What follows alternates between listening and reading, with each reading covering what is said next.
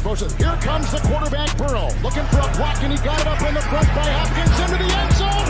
Touchdown! Bates throwing to the end zone. Wide open is Higgins for the Cincinnati touchdown. There's the sneak. Burrow gets low, driving towards the goal line. He's inside the one, and he's into the end zone for the touchdown.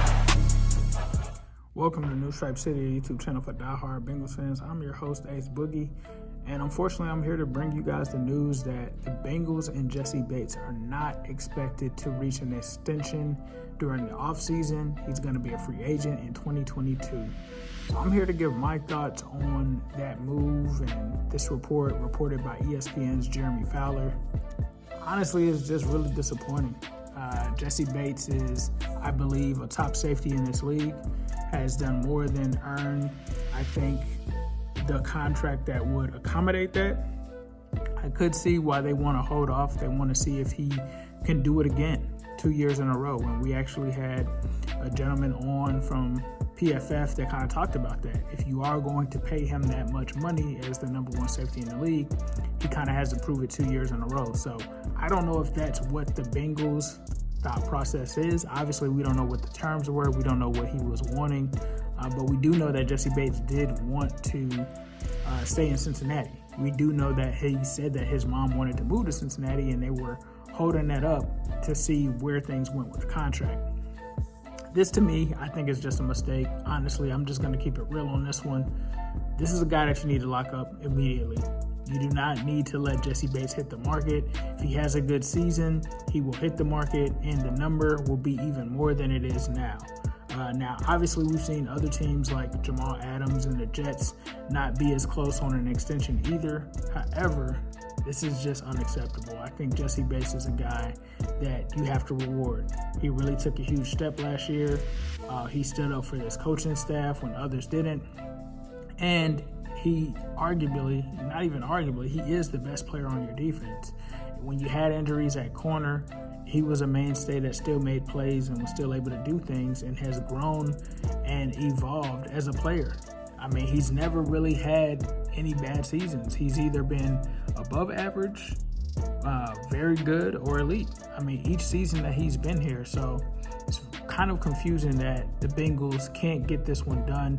It's kind of scary that they wanted to go ahead and get the Hubbard one done and not the Bates one done. I think, honestly, you should have gotten Bates done first before that, because I think that out of the two players, I feel like you actually have someone waiting in the wings for Hubbard. You don't have someone waiting in the wings for Jessie Bates. And Jessie Bates is just going to be an elite talent that's going to command a lot of money. I don't know what the specifics were on the deal. I don't have any source on any of that. You just would expect a deal to have been done. A lot of Bengals fans were waiting for it, me included.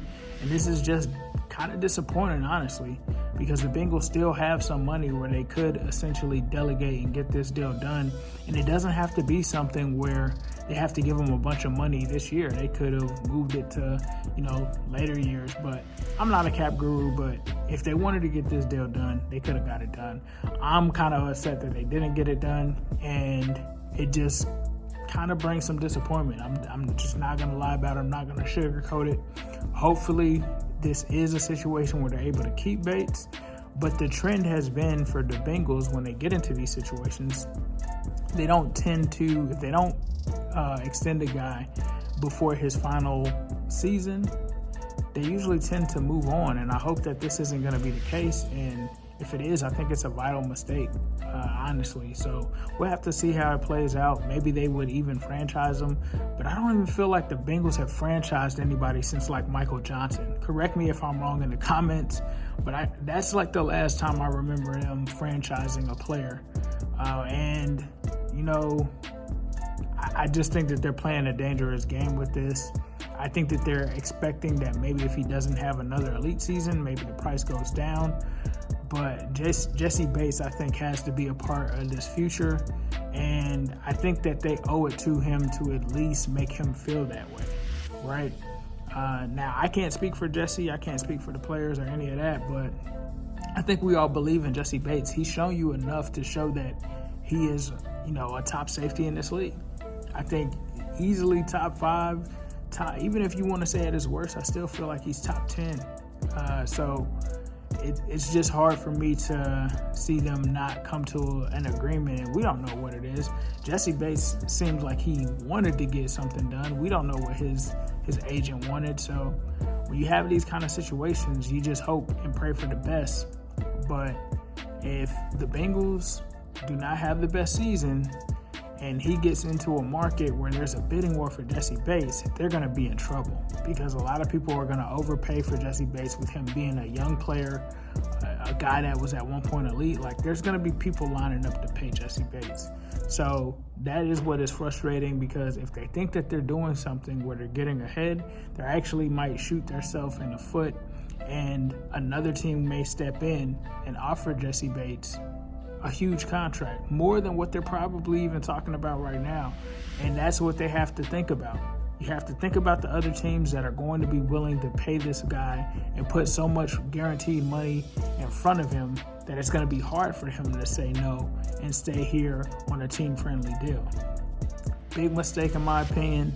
The more that I think about it, the more frustrated I'm getting and growing, because I think that this was a guy that was a future face of this team. Now, he still could be that, but this is a vital mistake.